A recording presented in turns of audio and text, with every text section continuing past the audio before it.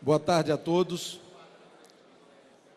e todas presentes. Eu quero saudar aqui o presidente do Congresso, Davi Alcolumbre, do Senado Federal, saudar o presidente da Câmara, deputado Rodrigo Maia, e por intermédio dos dois eu quero cumprimentar todos os parlamentares e autoridades presentes e convidados, servidores da Casa, da Câmara Federal.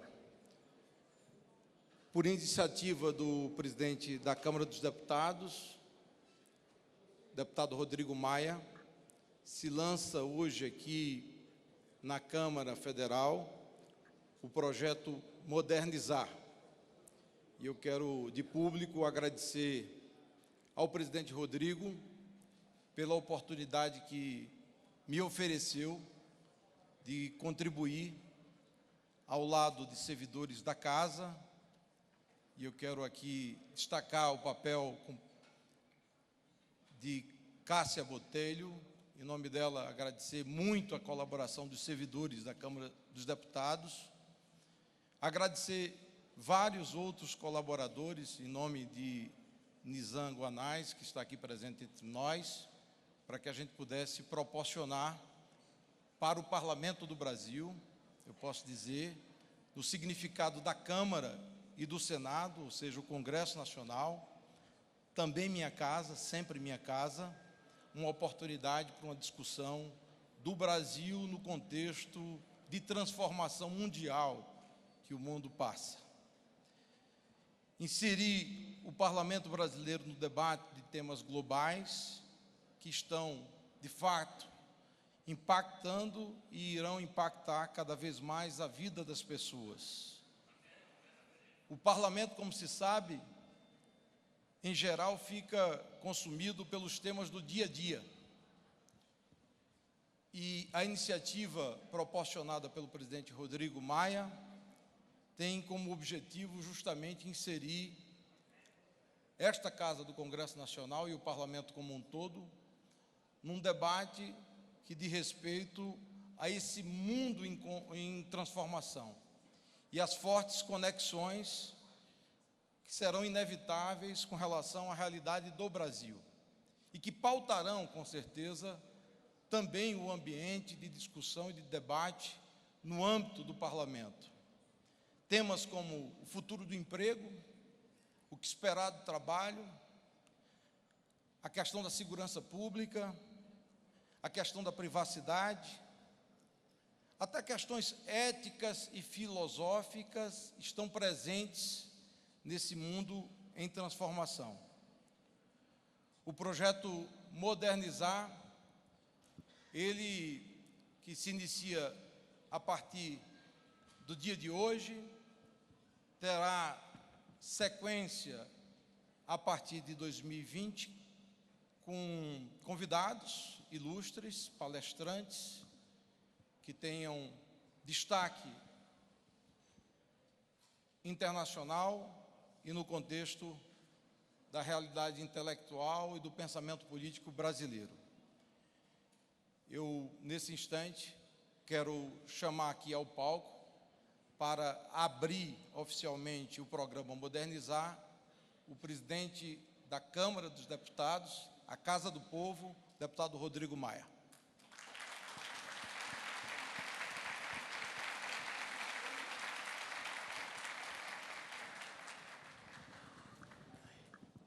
Bem, boa tarde a todos.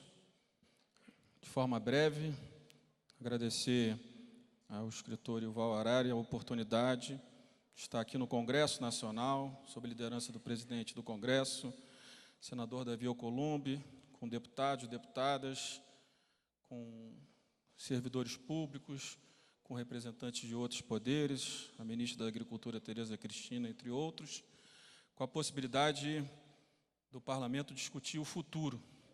Nós sempre discutimos os problemas de hoje, de ontem, né, e não projetamos o Brasil e o mundo para daqui a 10, 20, 30 anos, no momento onde as transformações são muito rápidas, onde a revolução tecnológica nos coloca milhares de desafios, começando pela contestação da nossa democracia liberal, aqui e no mundo. Então, a oportunidade de ouvir o escritor Yuval Harari é a oportunidade que todos nós temos hoje de refletir e olhar o Brasil e o mundo do futuro, para que o parlamento possa ser, junto com os outros poderes, esse instrumento de modernização que o Brasil precisa e a sociedade espera de todos nós. Muito obrigado e uma boa tarde a todos.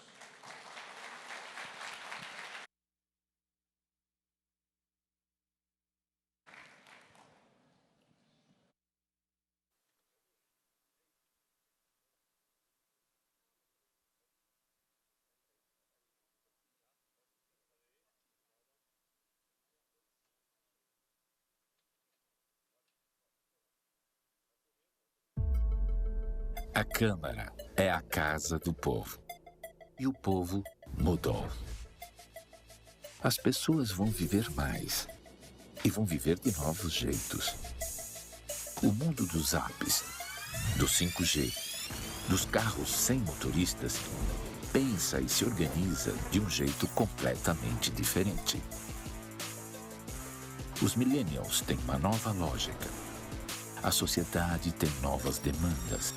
A tecnologia traz novas soluções, mas também traz novos problemas.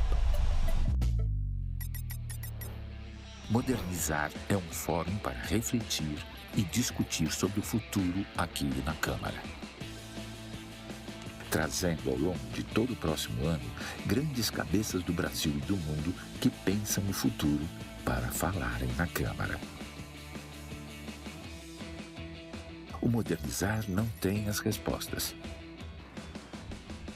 Ele tem as perguntas. Como cuidar de uma população que vai viver muito mais? Como preparar as pessoas e criar novos empregos no mundo da inteligência artificial, dos robôs e das máquinas? Como proteger a democracia no mundo das fake news e das redes sociais? Como cuidar do meio ambiente e, ao mesmo tempo, criar uma rota para o progresso? Como ajudar o povo a se preparar para esse novo mundo? Para que aqui continue sendo sempre a casa do povo.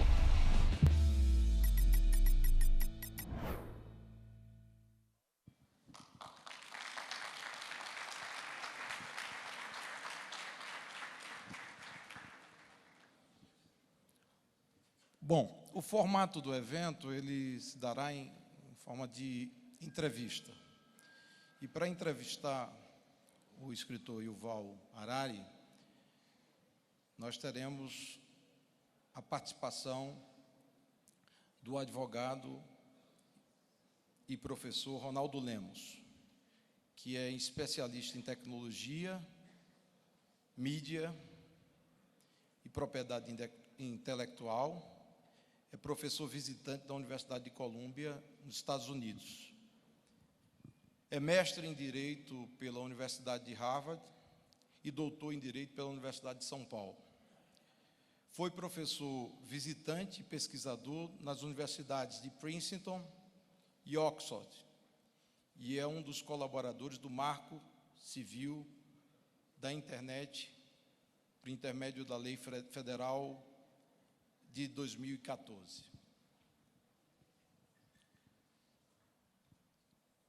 O nosso palestrante, Yuval Harari, nasceu em Haifa, Israel, em 1976, recebeu o seu doutorado em filosofia pela Universidade de Oxford em 2002.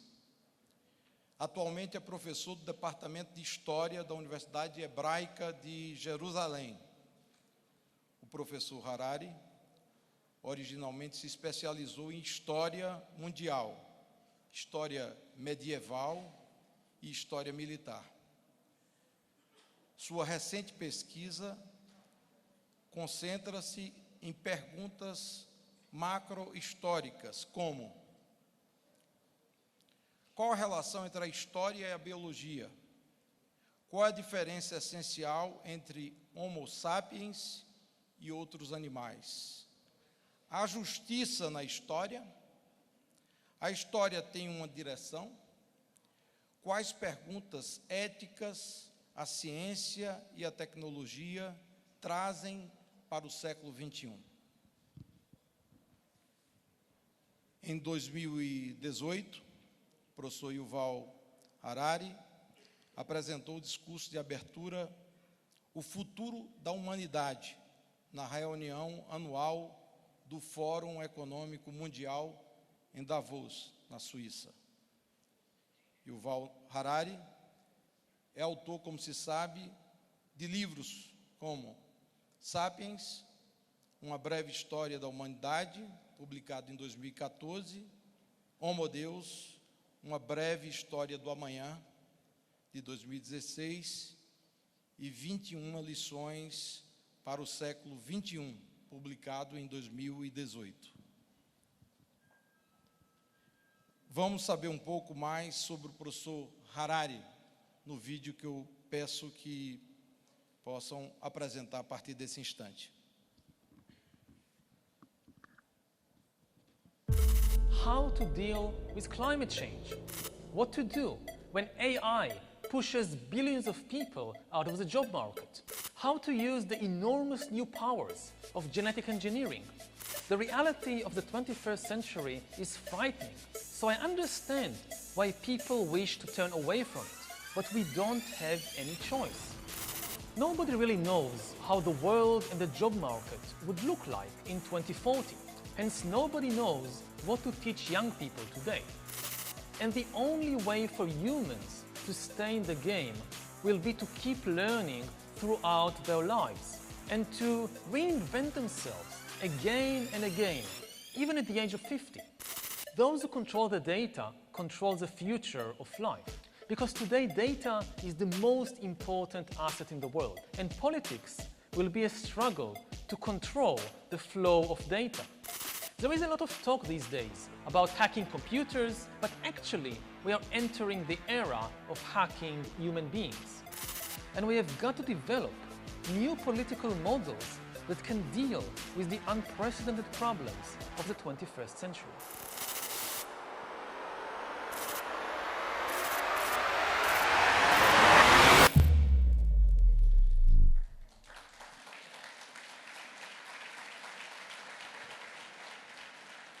Nesse instante, eu convido ao palco o professor Ronaldo Lemos, que conduzirá a entrevista com o professor Harari.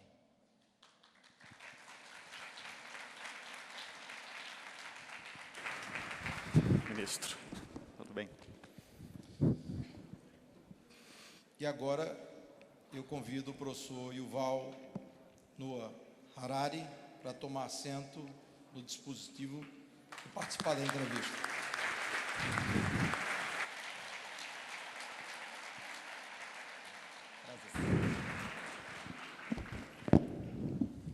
A palavra ao nosso entrevistador, professor Ronaldo. Muito obrigado. Bom, primeiramente, boa tarde a todos.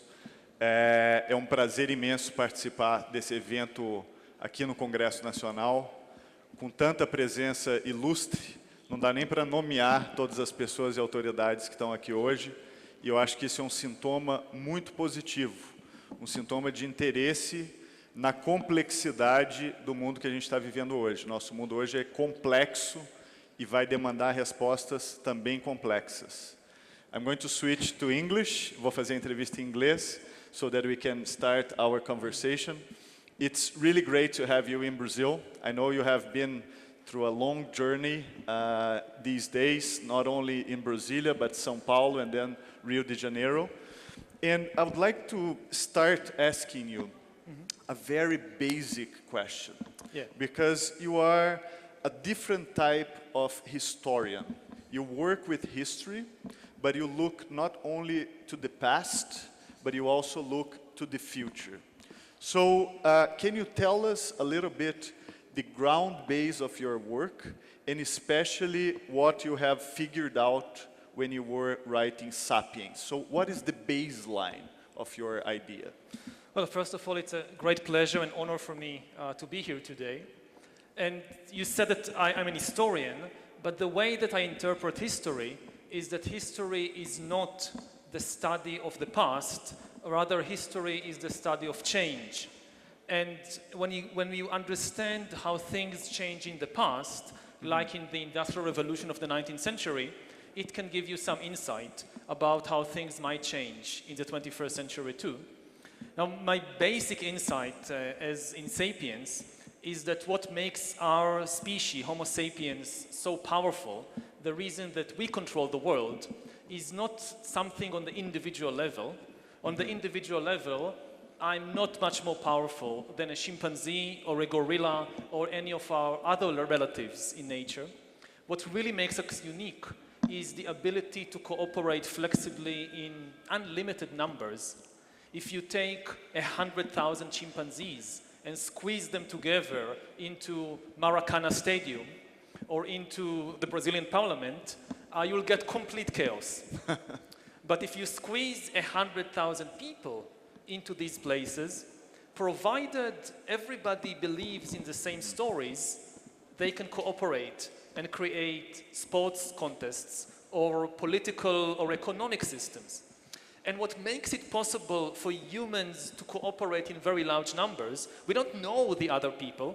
In Brazil, there are like 200 million citizens. You can't know 200 million people. Yeah. They are mostly strangers to each other. The key is to get everybody believing in the same stories. And this is why I think stories are the most important thing in history. This is the key for cooperation. To give just one example, the most successful story ever told, which is the basis for the most successful cooperation system ever created, is money. We don't tend to think about money as a story, but money is just a story, a fictional story created in our own minds. It has no objective value whatsoever. You can't eat or drink it. But as long as everybody believes in the same story, created by the bankers and finance ministers and so forth, I can take this worthless piece of paper, go to a complete stranger I've never met before, give him or her this piece of paper, and in exchange get a banana that I can eat. And that's the basis for the human control of the world. Great. Actually, let me give a small recado que tem tradução simultânea, tá? Para a palestra, quem não tiver pego o aparelho, a tradução simultânea está ali. Então, só pediram para avisar. I was just telling that we have simultaneous translation. So, ideas is what bring us together, right? Ideas and stories. And ideas and stories, they travel across the globe. So they are not only local, but they are global. So they are capable of bringing a lot of people together. Doesn't that mean that our problems are also global? And what are the main global problems that you see right now? Well, the three biggest problems that humankind faces today are all global problems and can only be solved through global cooperation. These problems are nuclear war, climate change, and technological disruption. There are, of course, many other problems in the world, but these three problems are really existential threats to humanity. They could destroy human civilization and even the human species itself. And it should be obvious that we cannot solve any of them on a national basis. No nation can prevent nuclear war by itself. No nation can prevent ecological collapse by itself. And no nation can regulate the disruptive potential of artificial intelligence and bioengineering by itself, because no nation controls all the scientists and engineers, and nobody would agree to limit their own technological development unless other nations do the same. So Brazil or the European Union can decide to ban autonomous weapon systems, killer robots, or to ban genetic engineering on human babies. But if the Chinese or the Israelis or the Americans are doing it, then very soon the Brazilians and the Europeans would also be forced to do it because nobody would like to stay behind. So, and if we enter such an arms race, in genetics or in AI, and we already entered such an arms race in the last 3 or 4 years, it doesn't matter who wins the arms race, the loser will be humanity. It almost guarantees the worst outcome. And I know that some politicians say that there is a contradiction between nationalism and globalism, and that we should reject globalism and adopt nationalism. But this is a fundamental mistake. There is no inherent contradiction between nationalism and globalism, between national loyalty and global cooperation, because nationalism is not about hating foreigners. Nationalism is about loving your compatriots. And in the 21st century, the only way to ensure the safety and prosperity of your compatriots against dangers like climate change or like artificial intelligence, the only way to protect them is through global cooperation. So, in other words, if you want to be nationalistic, you have to protect your compatriots, including regarding global problems, right? Yeah, and to take an example, say from AI, the AI revolution is going to completely transform the economy and the job market in the coming decades. Right. Just think what would happen to the job market in developing countries once it's cheaper to produce textile in California than in Central America, because it's been automated. What will these countries do that lose their economic basis? We need a global safety net. Now, there will be new jobs, of course. There is a lot of talk about automation and a lot of misunderstanding. It's not that all jobs will disappear. Some jobs will disappear, new jobs will emerge, and many jobs will be transformed.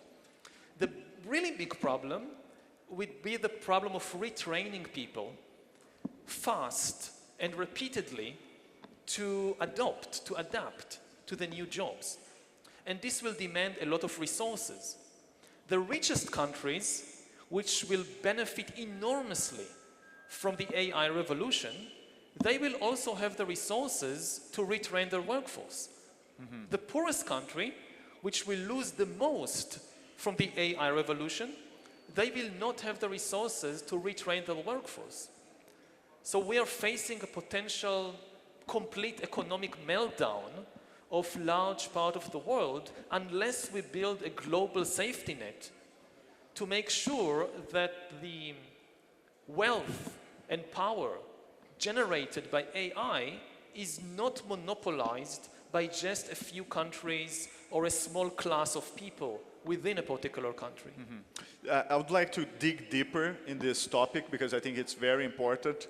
So your point is artificial intelligence might replace human jobs, right? And in your book you quote a very interesting study by Carl Frey and Michael Osborne from Oxford University that say that 47% of jobs might either disappear or be automated in the next few years. So people are going to lose their jobs, and according to your Homo Deus book, there will be this emergence of a useless class, a class of people that have no jobs whatsoever.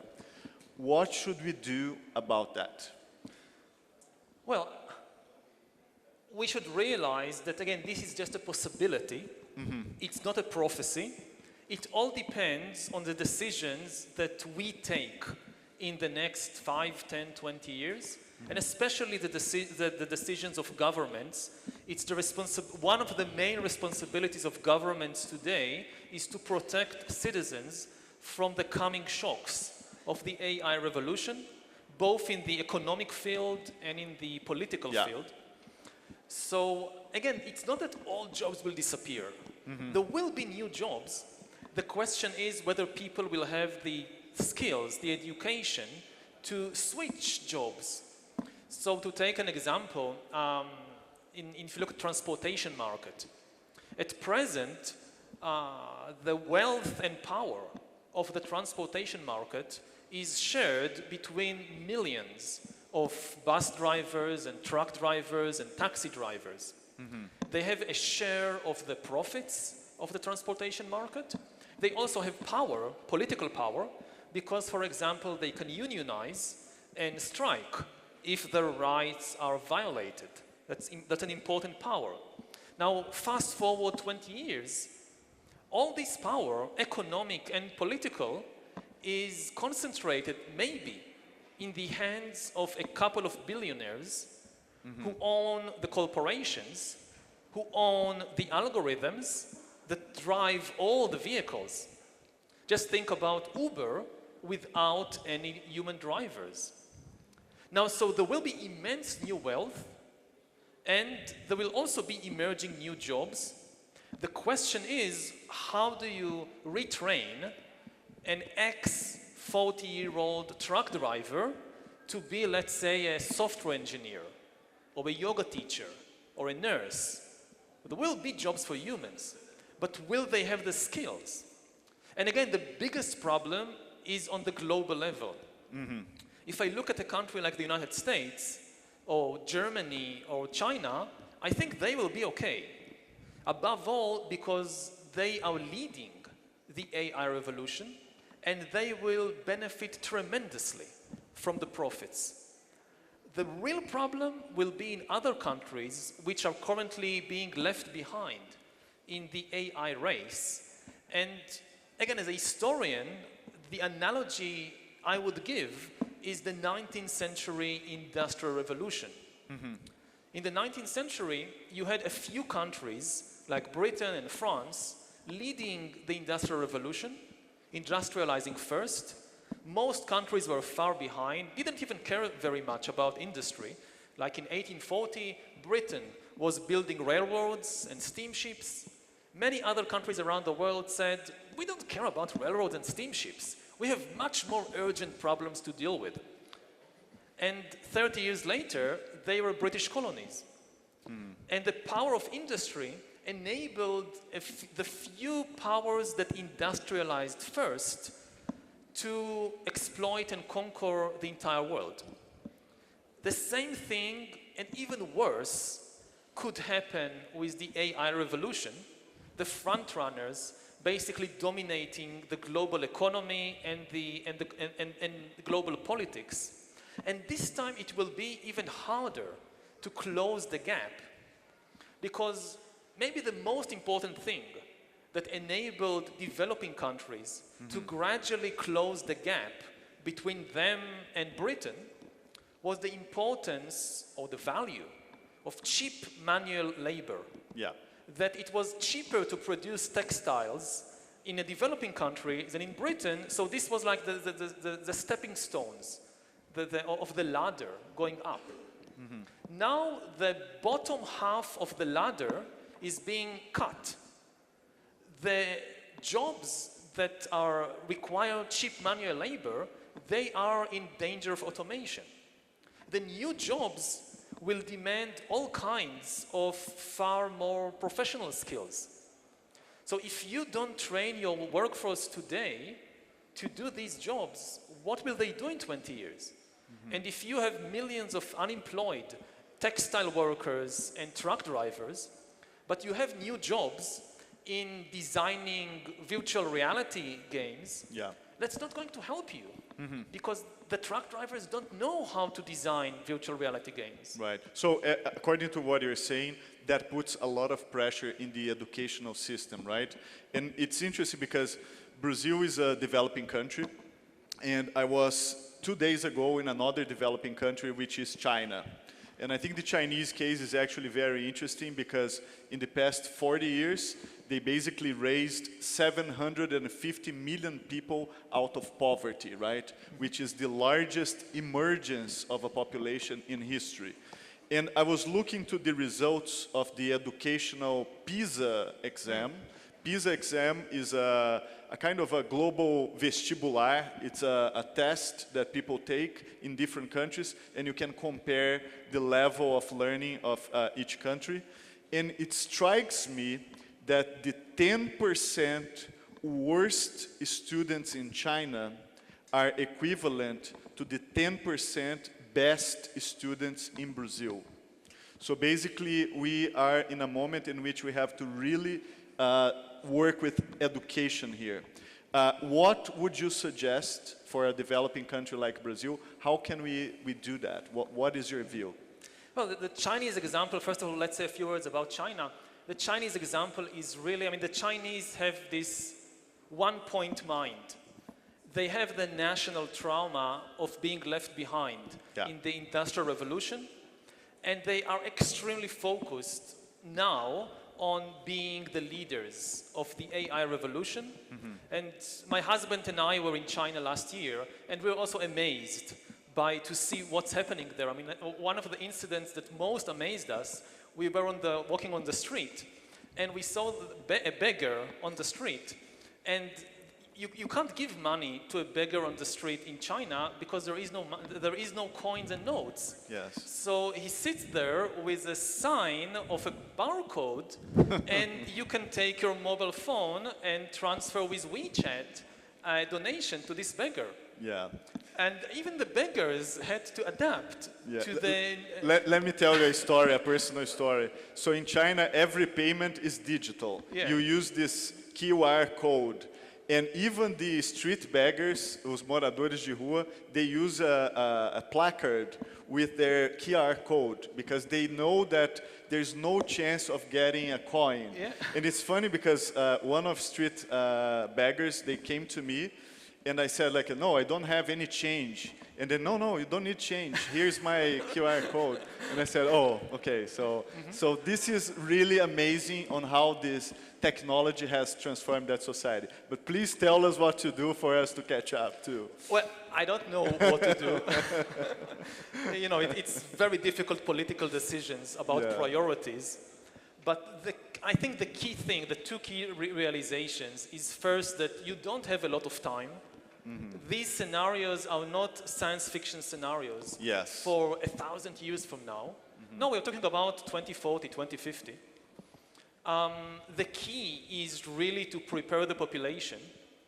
And the educational system is therefore very, very important. We don't know exactly what skills people will need in 2040 or 2050, and we don't know what the job market would look like in 30 years. It's the first time in history when we don't know what the job market would look like in 20, 30 years and what skills people will need. Right. The one skill they will certainly need is to continue learning and changing throughout their lives and to have a very good grasp of science and technology.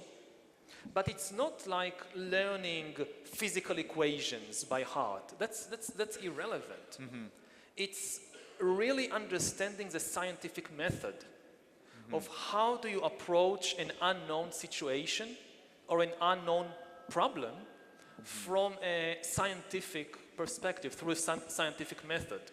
Because this is the one thing we are sure about, that the young people of today, they will have to continuously encounter and deal with unprecedented situations, that they can't just rely on the wisdom of previous ages. They need to navigate their way through a completely unknown situation.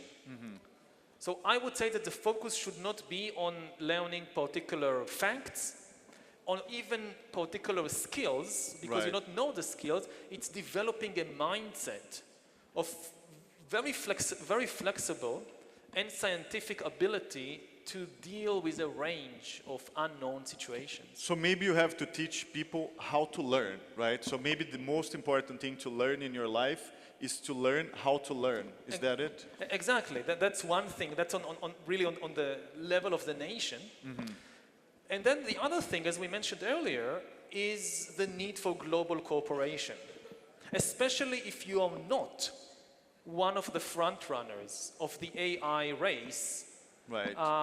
You need to be a force for global cooperation in regulation of the new technologies, ranging from military technologies like autonomous weapon systems. We are in the midst of a tremendous military revolution, of the rise of autonomous weapon systems. And again, within a short time, all the armies of the world are going to be obsolete and maybe just a few armies will, again, like in the 19th century, like a steamship armed with modern cannon against a wooden sail ship. We might see again this situation with automation, and so the countries that are behind have a large stake in having a global agreement on slowing down this extremely dangerous development.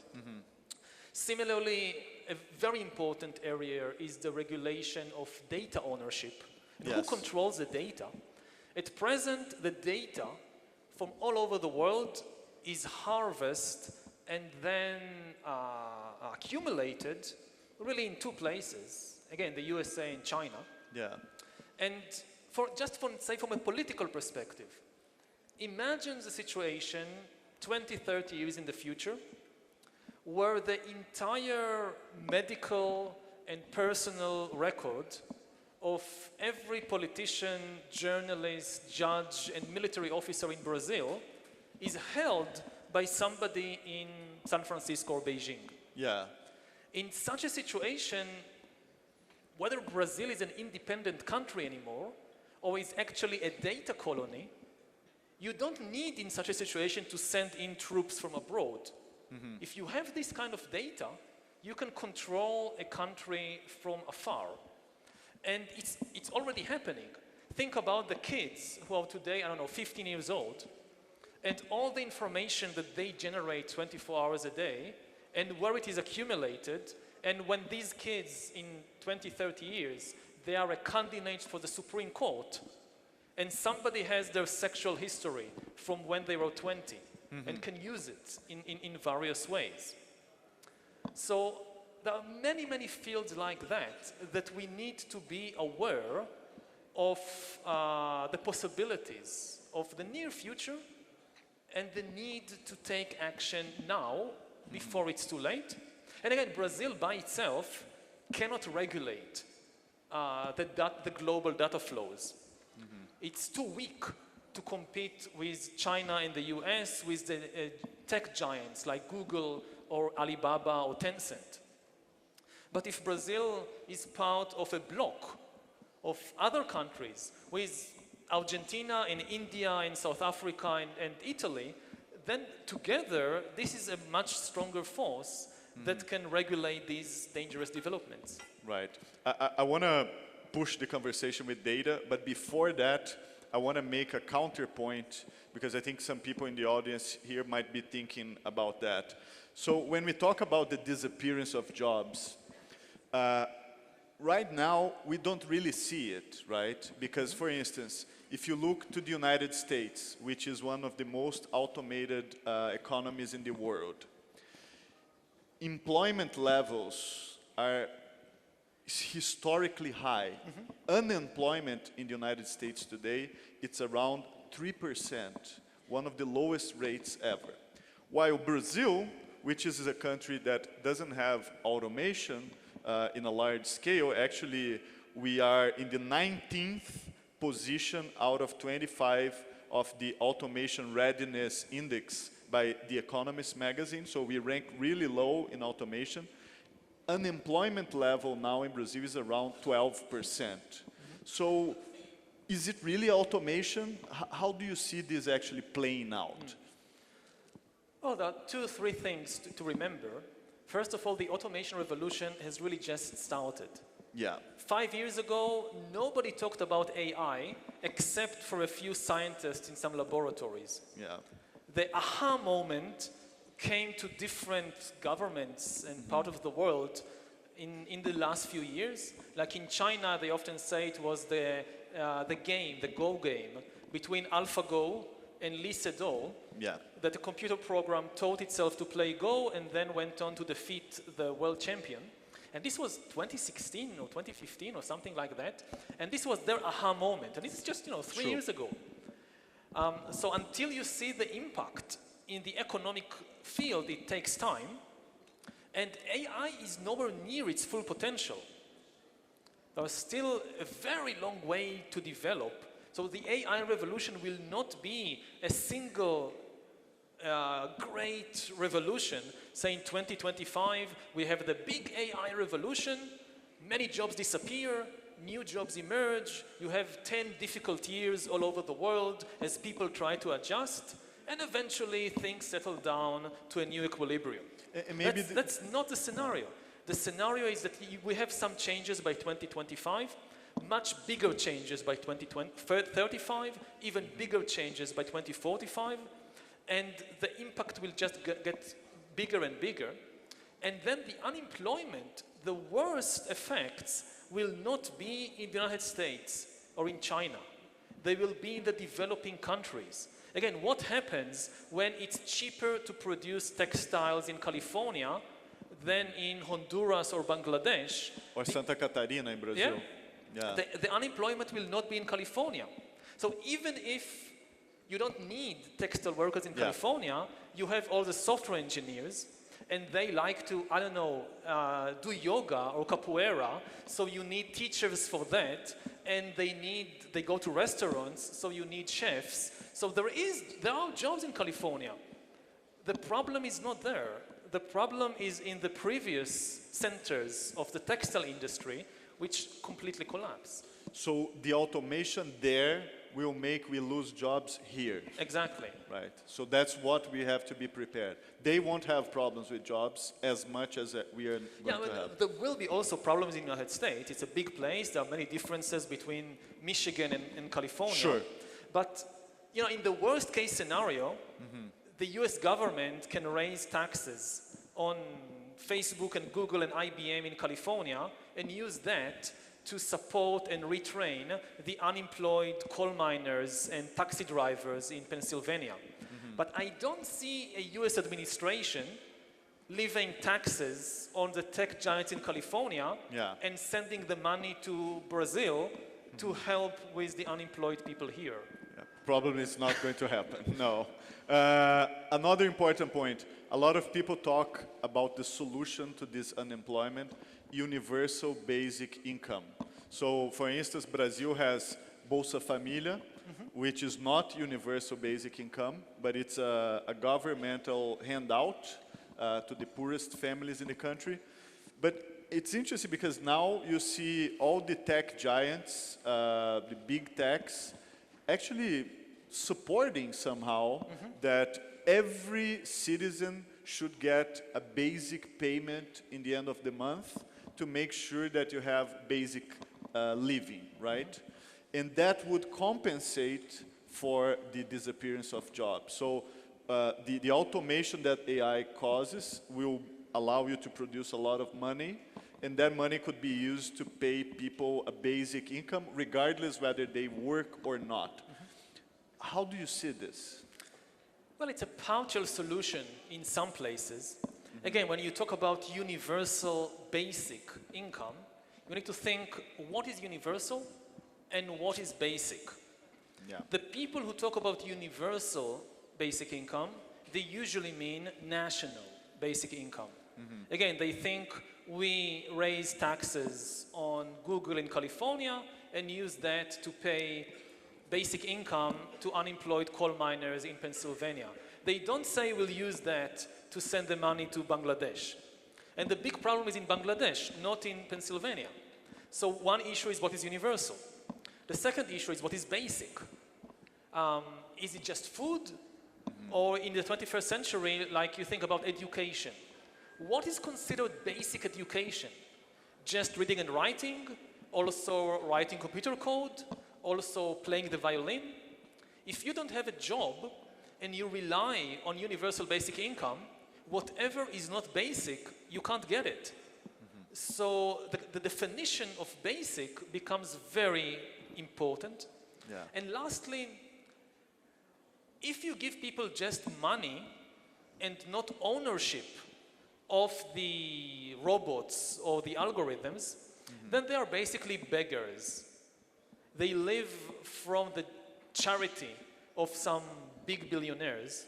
And that's a very precarious situation to be in, because the day that the billionaires become less nice, or you do something they don't like, they stop your payments. So I don't think it's a good position for millions of people to be in, that they are completely unemployable and they have no stake in the system and they just live from charity. It's a very dangerous situation to be in. Right, so probably not the best approach for this at the moment, in your view. Again, it can be a part of a solution, but we need to think in broader terms about this problem. Right. And the main advice I would give to governments dealing with that is don't protect jobs, protect people. The 20th century thinking on this issue is often that governments and unions, they need to protect particular jobs. But in the 21st century, with the acceleration of the automation revolution, it's going to be very difficult to protect the jobs as they are, like in driving trucks or producing shirts or whatever.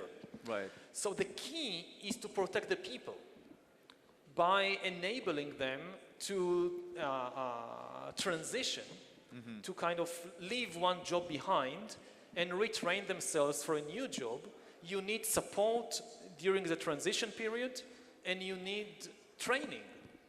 So just as in the 20th century, governments built large education systems for the young, we need a new education systems for adults in the 21st century. Okay, so let me change a little bit of topics. Let's talk about health. So in your book, you mentioned that there has been amazing advances in healthcare. Now you have antibiotics. So life expectation has already increased globally. And you mentioned that advances in biotechnology will actually allow the human life to be extended for much longer than it is today. And this is very interesting because Brazil has just passed social security reform regarding pensions here. And according to what you say, maybe people will actually live 20%, maybe 30% more. Should we need another pension reform like immediately, or like how do we approach a world in which people will live like much longer than now? Yeah, again, that's a very big question. I'm not an expert on issues of pensions and so forth, but I can say that yes, you need to take into account the expected rise in longevity, in life expectancy. We already begin to see in various places around the world, like in my home country of Israel, there is a crisis around that because all the old models of pensions and social security and so forth, they were built on the expectations that people will die at, I don't know, 70, and they don't die. So it's on the one hand, it's very good that they don't die, but for the accountants who are managing all these money issues, that's a big problem. And it would be an even bigger problem if the entire social system, social support system and pension system collapses because people didn't foresee this increase in longevity. And again, like education, also in this field, we can't wait until 2040, 2050 and then think what to do. We need to do something now. Right. And how much is it that human life is being extended? Like, how deep is this, what you call the hacking of our biology? Can you describe like some interesting examples and things that you see right now happening?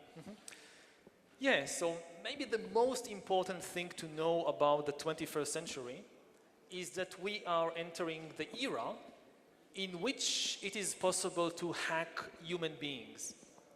There is a lot of talk about hacking computers, smartphones, bank accounts, but the big revolution is hacking human beings.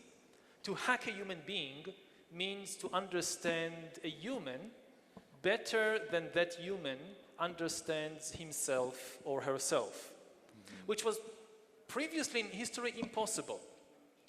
To hack a human being, you need three things.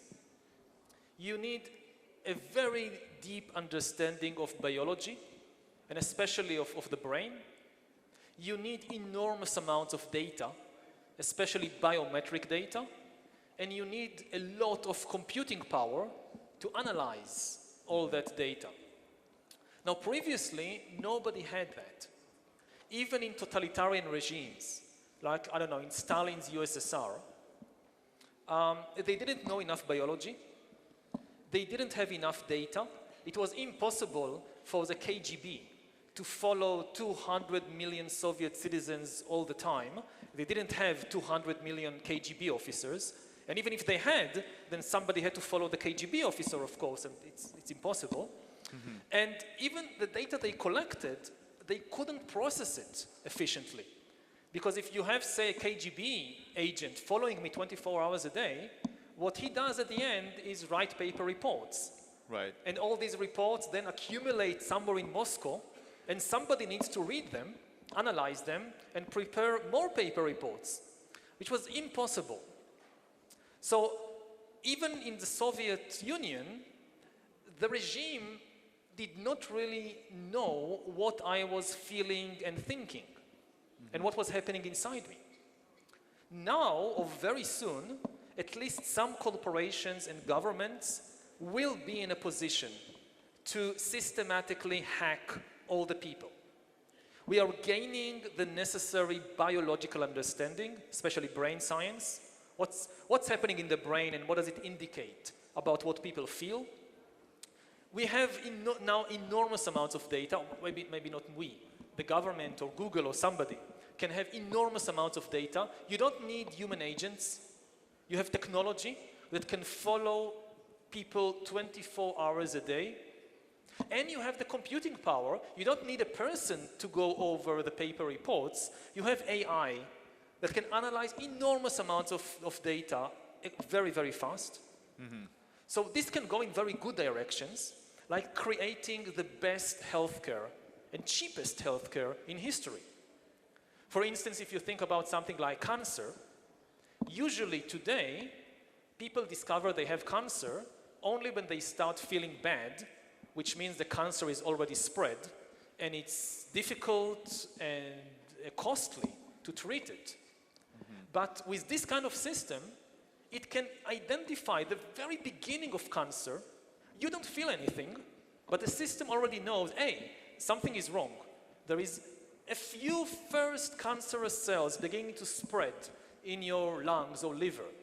And at this stage, it's very cheap and very easy to treat it.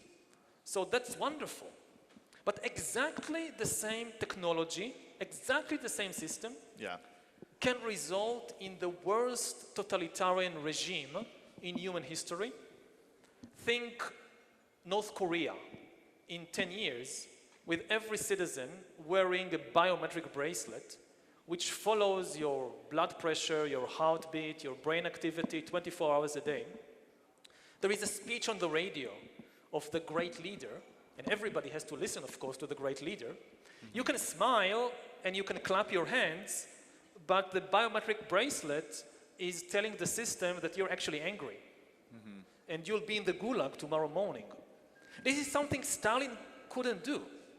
But the new Stalins of the 21st century, and there are already several candidates for the job of new Stalin, the new Stalins could do that.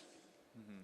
Or to take another example, even in democratic free societies, more and more decisions will shift from humans to algorithms, like you apply for a job or you apply to a bank to get a loan.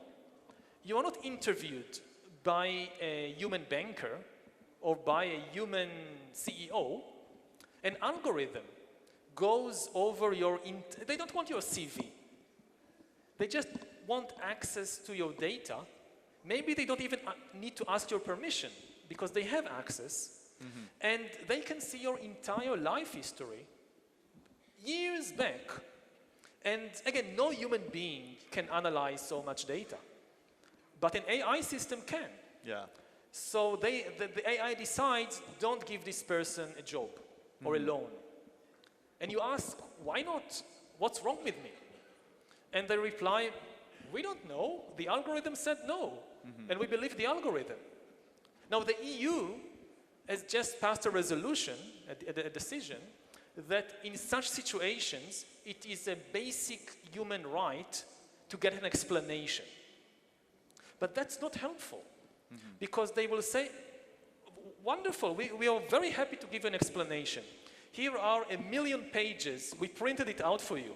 Here are 1 million pages of all the data bits that our AI system analyzed when it decided not to give you a job. Here you go, please read it and see for yourself. And this is already beginning to happen, like, again, in China, many banks are using it to decide whether to give people loans. So, and they use so many different data bits. Like one data bit is on which day of the week you ask for a loan. Based on analyzing millions of requests, they discovered that people who ask for a loan on Monday are less likely to repay it than people who asked on Wednesday. Yeah. Now, it's a very, very, very small influence. It's 0.09% of the overall calculation.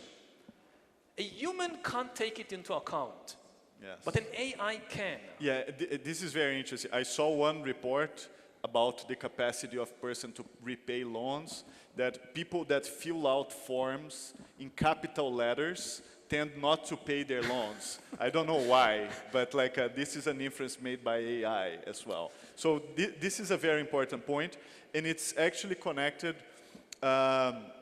with one of the 3 problems that you mentioned that are global, right? So we have the technology problem, we have the nuclear war problem, and we also have the global warming problem. And here in Brazil, I think the debate about global warming is very present.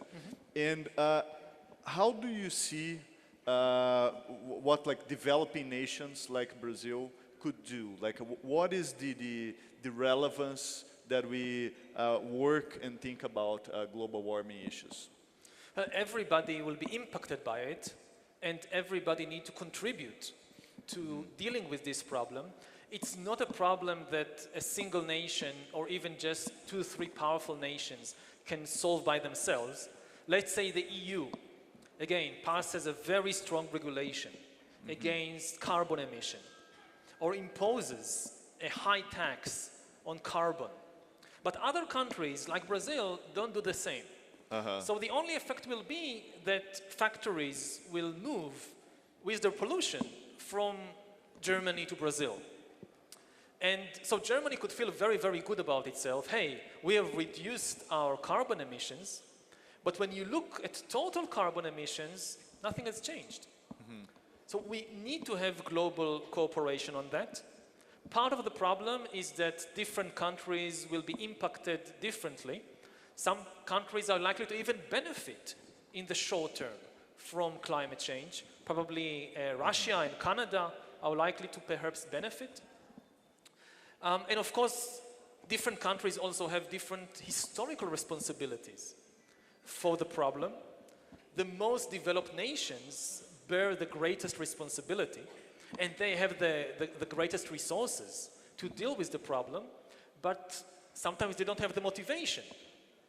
Like the United States, many of the greenhouse gases now in the atmosphere, they were released in the United States or in Europe in previous decades, and this was part of the Industrial Revolution of these countries and how they gained power and wealth. But now they don't necessarily want to shoulder the responsibility. And there are so many other problems around it, but I think we need to remind ourselves that in the end, there is just one planet, and we are all on this one planet, and we need to cooperate to solve it.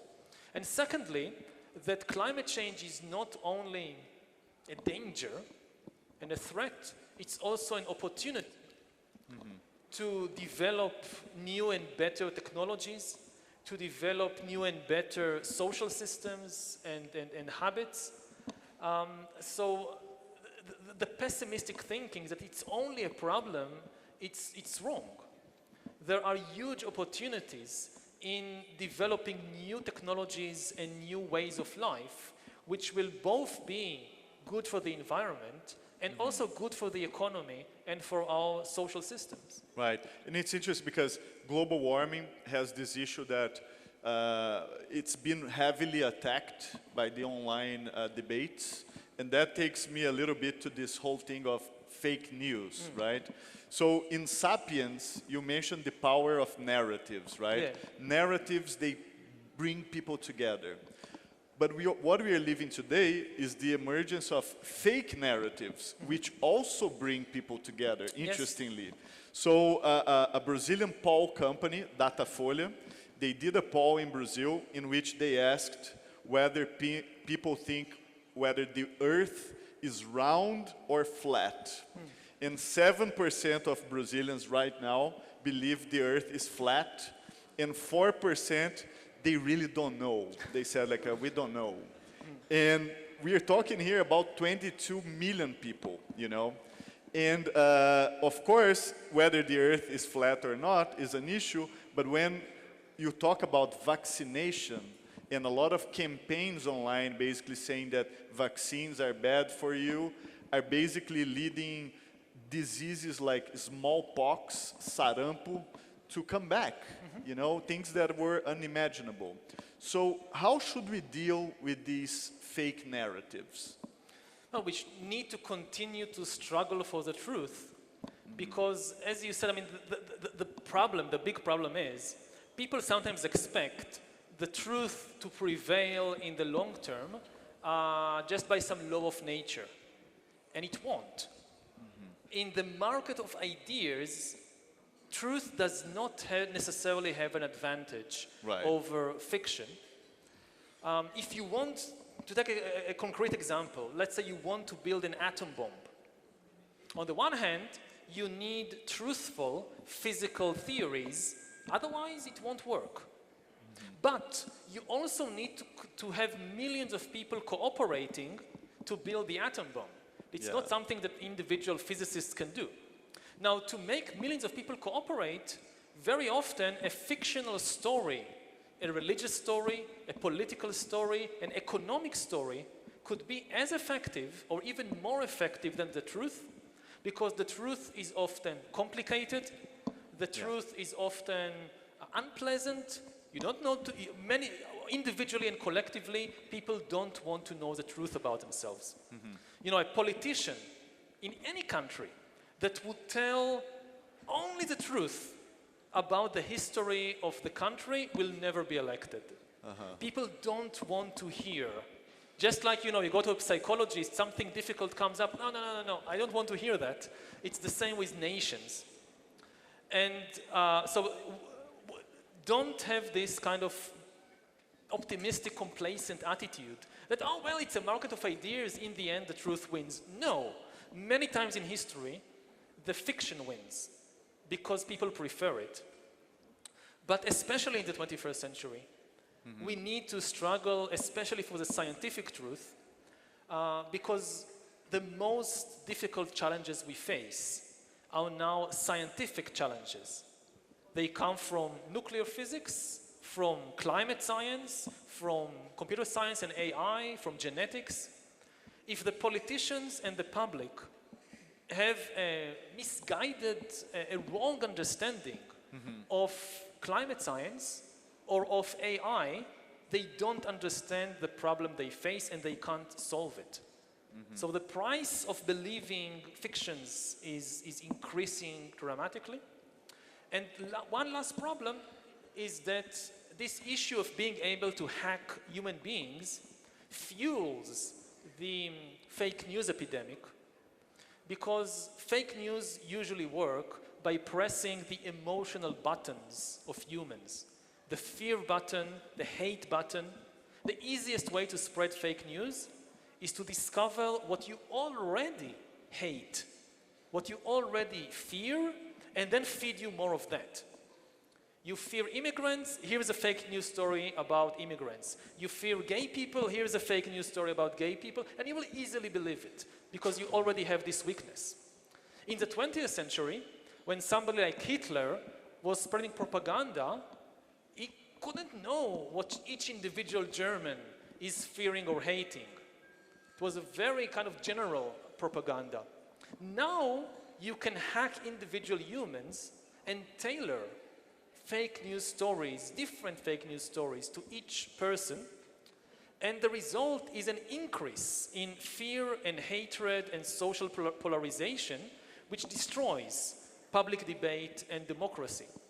The problems we face now are not more difficult than a century ago, but the ability to have a public debate is disappearing, because when you have people constantly being fed directly to their brain stories that make them more full of hatred, more full of fear, they're unable to coordinate and to communicate. Right, and to solve actual real problems, right? You lose that capacity.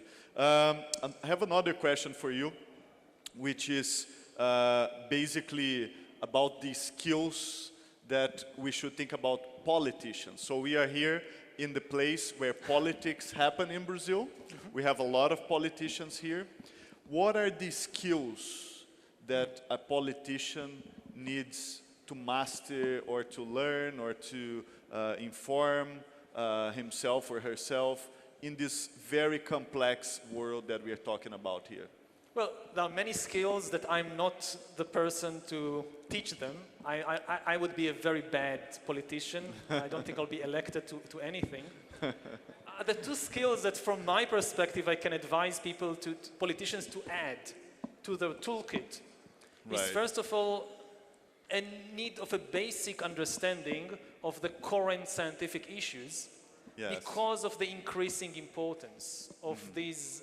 You don't need a PhD in computer science.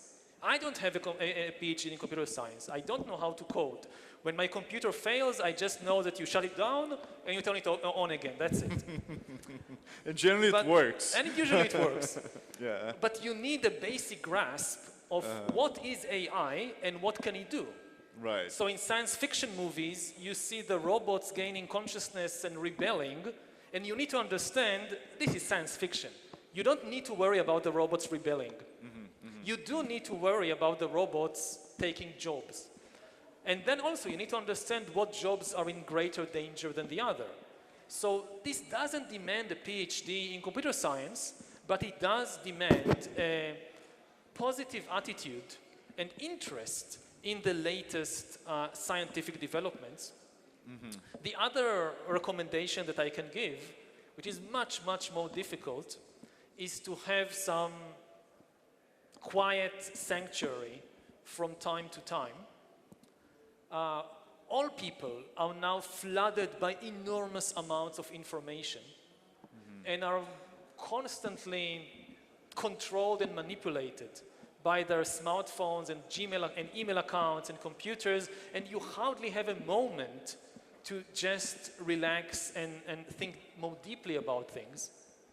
And a bit like teenagers, also politicians, they have this problem of FOMO, fear of missing out.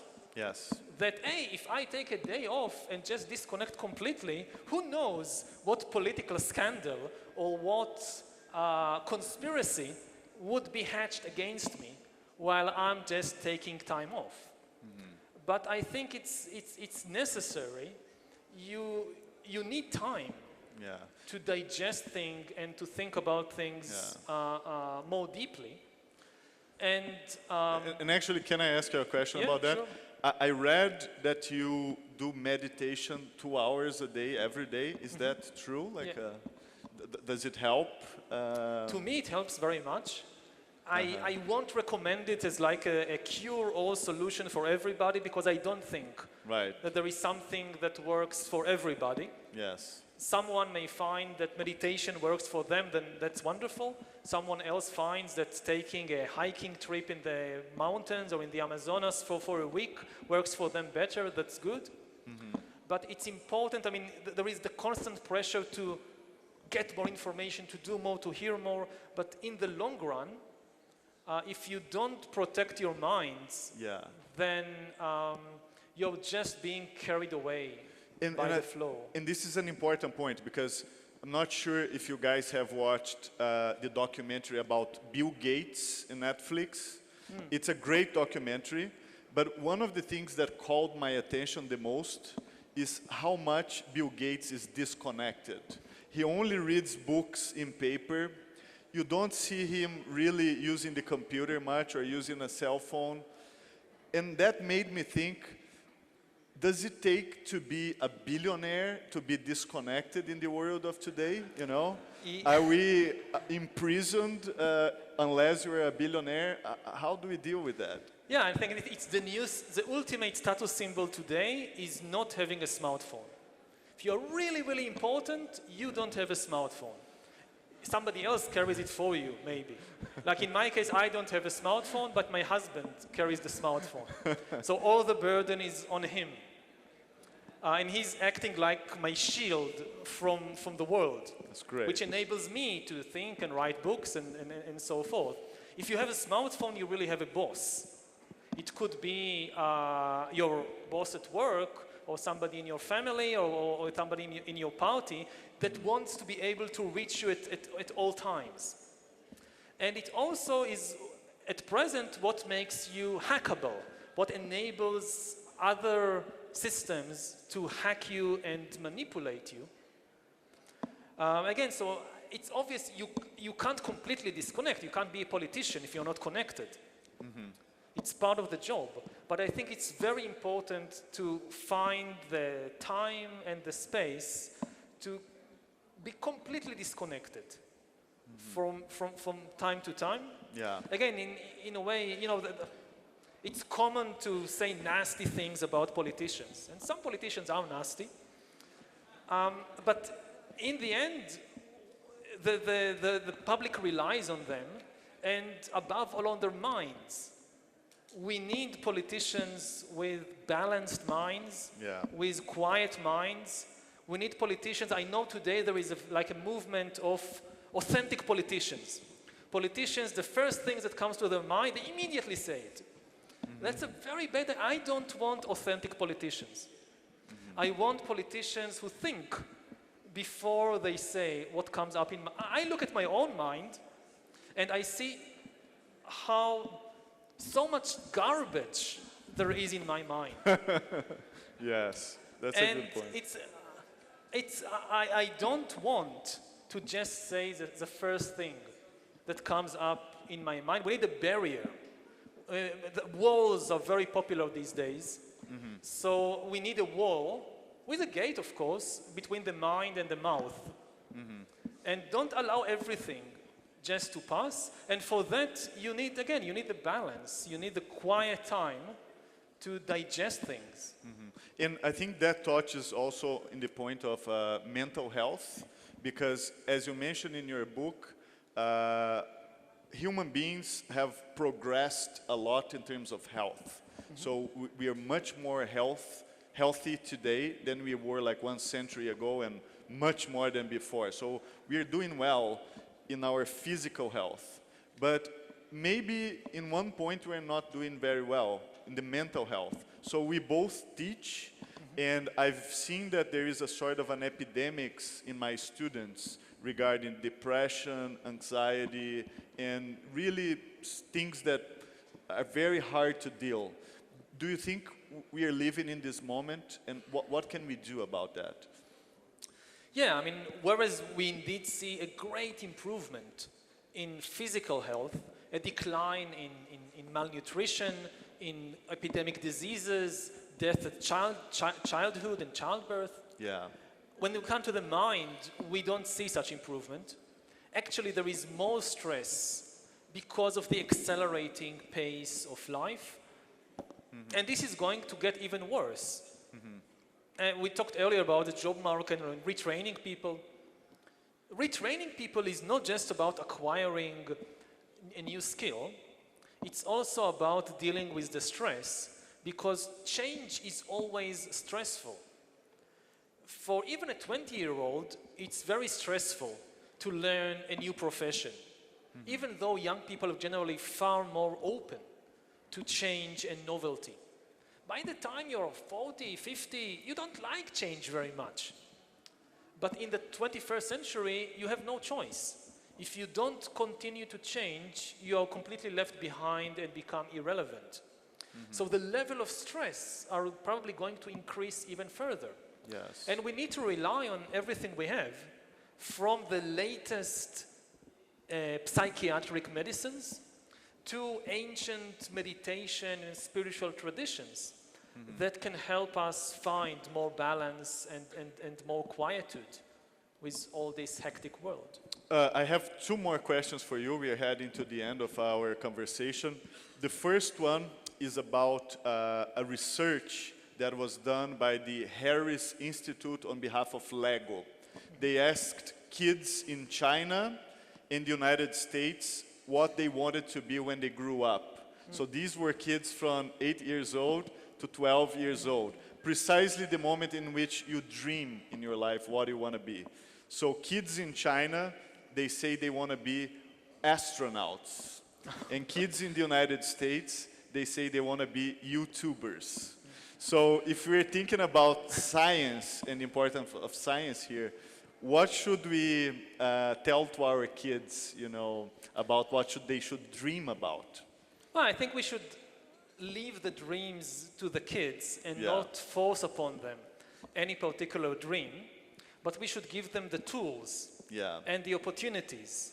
If we don't give them a good education, then maybe they still have the ability to dream, but not to realize their dreams. And as I said before, science is very important, but we should remember that science is not about learning particular facts or theories. It's about developing a scientific approach to new problems and situations.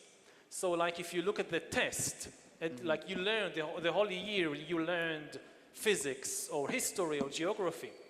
At the end of the year, don't do a test when the children need to just bring up all the ready-made answers they learned during the year. No, give them a completely new question, a completely new situation they haven't encountered before. And the question is, how do they go about looking for information, verifying the information, and dealing with an unknown situation? That's the most important skill. That's so important. So my last question for you. Brazil is a very important country. We are a large country. We are one of the 10 largest economies in the world. We have the Amazon. We have people that is extraordinary. And actually, I think globally, we play a much more important role than we actually realize. So Brazil is a large democracy, is one of the largest democracies in the world. What do you think is the importance of Brazil for this scenario in the future? I think it's an extremely important country in this respect. It can be a global leader in all these fields. Again, even in fields when it's not one of the front runners, like AI, it can be a global leader in building a coalition to regulate the most dangerous developments of AI. And looking back as a historian, and I originally specialized in military history. Yes. And really what always struck me about Brazil long before I came here is how peaceful, in terms of international relations, this country has been for such a long time. True. From the end of the 19th century, I can't think of any other large, major country in the world which was able to avoid international conflicts, especially with its neighbors, like Brazil. If you can teach the rest of the world, and please start with my home area of the Middle East, how to do that, we would be very, very grateful. Thank you so much. Let me help me to thank Mr. Yuval Harari. Thank you so much. Thank you. Thank you. That was really great. Thank you. Senhoras e senhores, a Câmara dos Deputados agradece a presença de todos os senhores e também a quem nos acompanhou pela TV Câmara e pelo canal da Câmara dos Deputados no YouTube. Em função de agenda externa, com início imediato, o professor Harari não poderá receber cumprimentos ou participar de sessão de fotos. Informamos que o evento permanecerá disponível integralmente no canal da Câmara dos Deputados no YouTube assim como as fotos oficiais, também estarão acessíveis no portal da Câmara pelo endereço www.câmara.leg.br. Convidamos a todos a acompanhar o projeto Modernizar durante todo o ano de 2020. Lembramos a todos a necessidade de recolher os aparelhos de tradução simultânea. Tenham todos uma ótima tarde.